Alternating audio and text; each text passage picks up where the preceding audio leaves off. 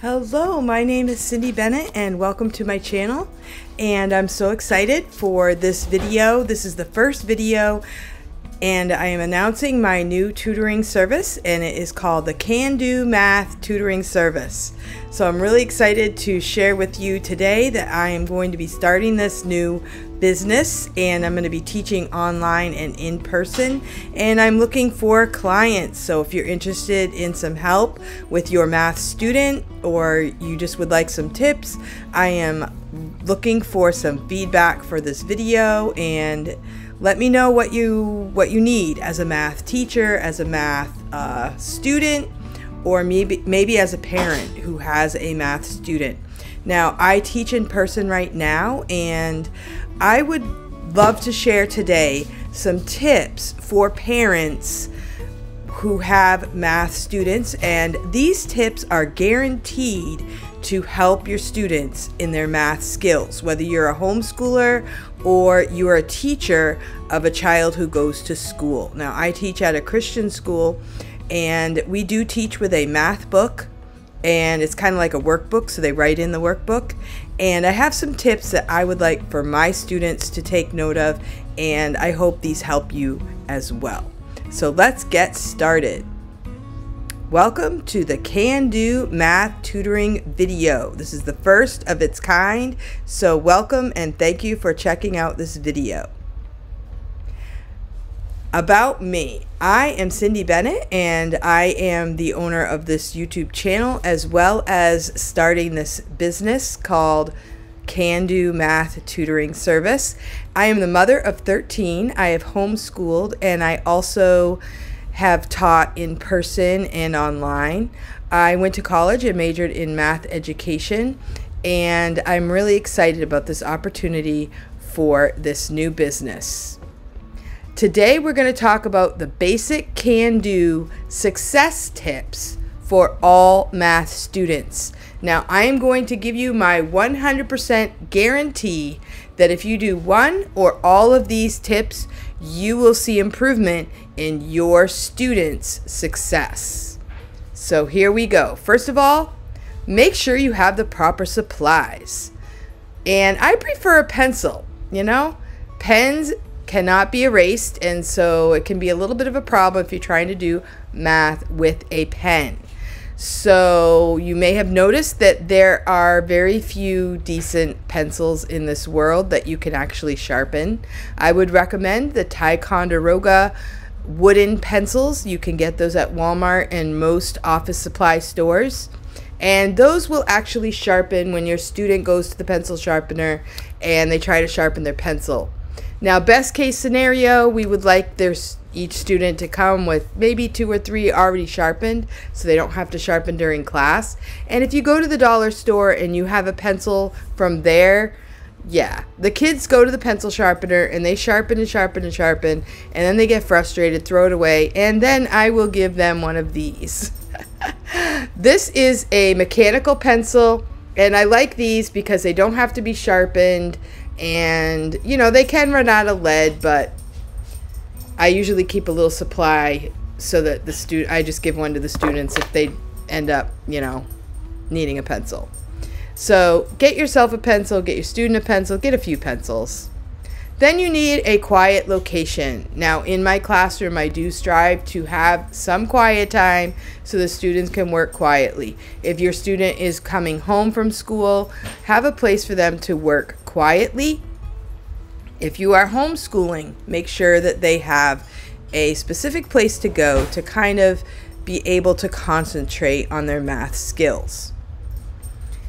Have some extra paper so that you can write things down. I do recommend that students would write on a separate sheet of paper, separate than their workbook. I do not mind personally as a teacher if they do their scratch work in the book so I can see it, but then circle your answer.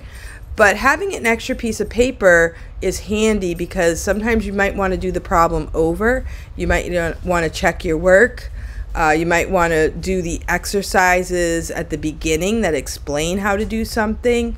So extra paper is an essential part of the experience. Next, Read the lesson in the book. Now, I know when I was in school, a lot of times I would just skip the lesson, and I've realized as a teacher that this is valuable information that students should learn to read on their own. As a teacher, I do read the lesson in class. A lot of times I will just read it word for word to show the students that they can read it too, and they should be able to understand it. It should be written on their grade level. If they're not used to reading the lesson in the book, then it's good for them to practice and learn how to do that. Doing some of this work independently is really a goal of mine as a teacher. Yes, I want them to listen to me, but I also want them to be able to do some of this work independently. So I do also suggest that they would copy the example right out of the lesson. Like a lot of times at the beginning, it'll say, study this example. And then I will ask the students to put a piece of paper right on the page and kind of copy each step on that piece of paper when they are home so that they can review that process on their own. And I also ask them to, maybe there's some examples there that are already done, to just copy those examples. I also suggest that the students would talk about the concept, whatever they're working on. Let's say they're studying how to add fractions, then they would go ahead and maybe talk to you as a parent, or talk to whoever is there if they have a babysitter or older brother or sister. Maybe they don't have any adult or older person with them, but talking it out to the dog, stuffed animal, even to the mirror, any way that they can kind of talk it out is helpful for them to be able to hear themselves say the words, to talk about the concept, and no matter if the person listening understands it or not, it's still good for the student doing the work. I also suggest that the students would practice examples. So as a teacher, I do go over examples in the class. I give them a few answers, and I will ask the students to go ahead and review those before they continue with new questions that might be on the same concept. That is a really important thing too. Review the ones that we've already done, make sure you know how to do those, and then you can continue with the new questions. Let's reflect. First of all, have your basic supplies handy.